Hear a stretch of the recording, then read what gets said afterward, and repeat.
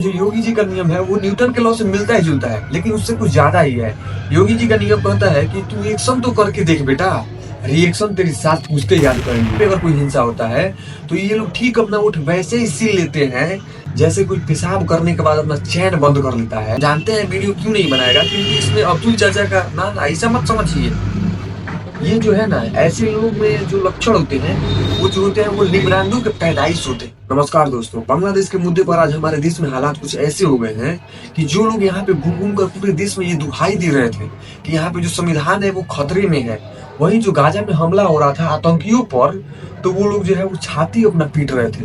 वो बांग्लादेश के हिंदुओं के मुद्दे पर मौन है, और वो कोई नहीं है जिसमें सबसे पहला नाम है राहुल गांधी, और जो दूसरा नंबर आता है वो है ध्रुव राठी भाई साहब का। इनको तो आप जानते ही हैं, ये किसी मुद्दे पर टपक पड़ते हैं, लेकिन बांग्लादेश के मुद्दे पर ये भी अभी मौन है। और आप सबको याद होगा कि अभी से कुछ दिन पहले जब भारत में चुनाव हो रहे थे तब ये एक डिक्टेटरशिप करके वीडियो लाया था और वोटर सबको प्रभावित कर रहा था कि अगर बीजेपी को वो वोट देते हैं तो यहाँ पे फिर से वो डिक्टेटरशिप ला देगी। लेकिन वही ये बांग्लादेश के मुद्दे पर इसके मुंह में जो है बवासीर जम जाता है। और भी हमारे देश में कुछ ऐसे लीडर हैं जिनको ये डर लगता है कि बांग्लादेश के हिंदुओं का अगर वो यहाँ पे आवाज उठाएंगे तो उनका जो वोट बैंक है वो खिसक जाएगा।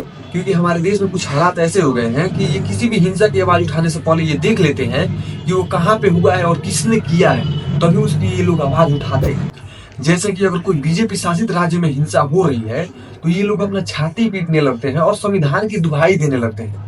लेकिन अगर वही उसका जस्ट उल्टा होता है, जहाँ पे इनकी सत्ता है वहां पे अगर कोई हिंसा होता है तो ये लोग ठीक अपना उठ वैसे ही सील लेते हैं जैसे कोई पेशाब करने के बाद अपना चैन बंद कर लेता है, ठीक वैसे ही अपना ऊँट भी बंद कर लेते हैं। ये अब अगली बार ही खोलूंगा, क्योंकि अभी जो बांग्लादेश में हिंदुओं के साथ हो रहा है उस पर तो ये लोग मौन है।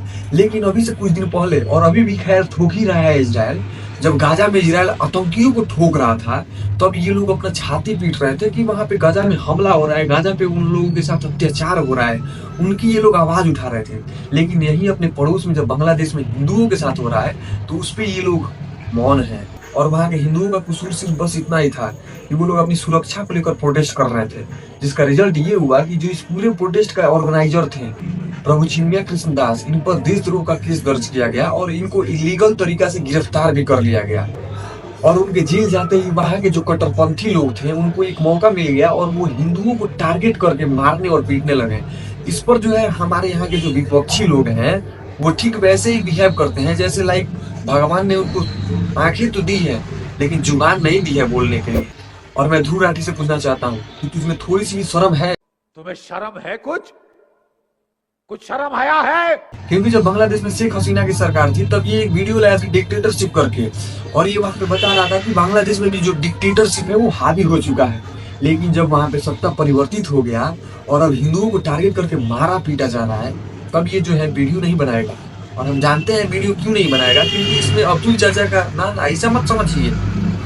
ये जो है ना, ऐसे लोग में जो लक्षण होते हैं वो जो होते हैं वो निब्रांडू के पैदाइश होते हैं, तभी वो सब ऐसा करते हैं। तू समझा? हाँ। नहीं, तू समझा नहीं। लेकिन देखिए इस पर भारत सरकार का कहना है, India has consistently and strongly raised with the Bangladesh. Bharat सरकार लगातार हिंदू और अन्य अल्पसंख्यकों के खतरों और निशाना बनाकर किए जा रहे हमलों के मुद्दे को बांग्लादेश सरकार के सामने मजबूती से और लगातार उठाया है।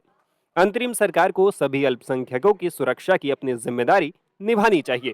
हम चरमपंथी बयानबाजी में बढ़ोतरी को लेकर चिंतित हैं। हिंसा और उकसावे की बढ़ती घटनाओं को केवल ये कहकर खारिज नहीं किया जा सकता कि मीडिया इसे बढ़ा चढ़ाकर पेश कर रही है।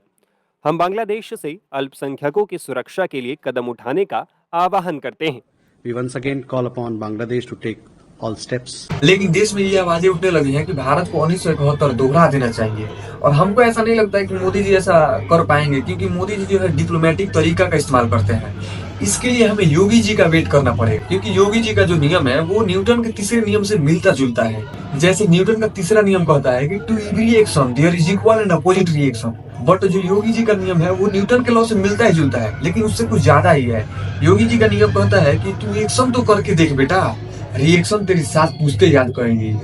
तो बस आज का वीडियो यहीं तक था, और अगर आपको वीडियो अच्छी लगे तो वीडियो को लाइक करो और चैनल को सब्सक्राइब करो।